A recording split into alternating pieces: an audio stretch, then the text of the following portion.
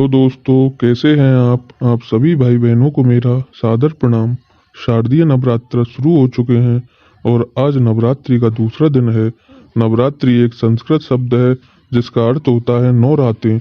इन 9 रातों और 10 दिन के दौरान शक्ति देवी के 9 रूपों की पूजा की जाती है और 10वां दिन दशहरा मनाया जाता है।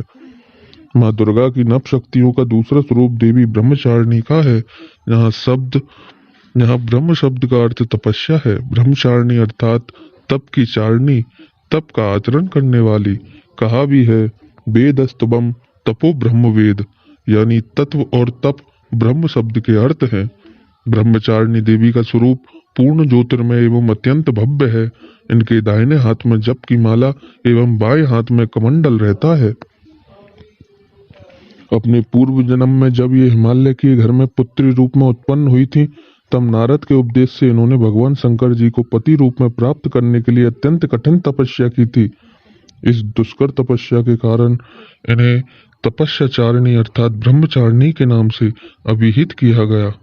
1000 वर्ष उन्होंने केवल फल मूल खाकर व्यतीत किए और 100 वर्षों तक केवल शाक पर निर्भर किया था। कुछ दिनों तक कठिन उपवास रखते हुए देवी ने खुले आकाश के नीचे वर्षा और धूप के भयानक कष्ट सहे।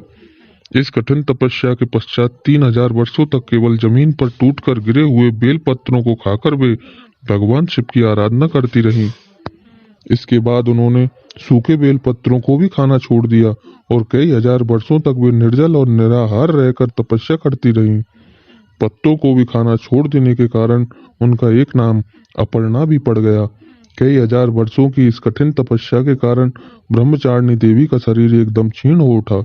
उनकी यह दशा देखकर उनकी माता मैना अत्यंत दुखी हुई और उन्होंने उन्हें इस कठिन तपस्या से विरक्त करने के लिए आवाज दी, उमा। तब से देवी ब्रह्मचारिणी का एक नाम उमा भी पड़ गया। उनकी इस तपस्या से तीनों लोकों में हाहाकार मच गया। देवता, ऋषि, सिद्धगण, मुनि सभी देवी ब्रह्मचारिणी की इस तपस्या को अभूतपूर्व पुण्यकृत बताते हुए उनकी सराहना करने लगे।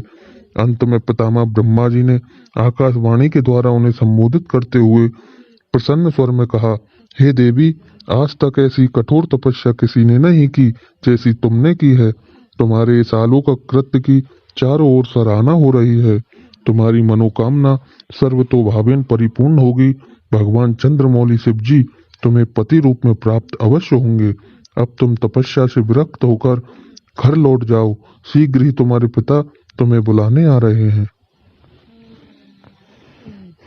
तो दोस्तों, यह थी ब्रह्मचारिणी माता की कथा। ये आपको अच्छी लगी हो तो प्लीज चैनल को सब्सक्राइब करें, लाइक करें एंड कमेंट करें। जय माता दी।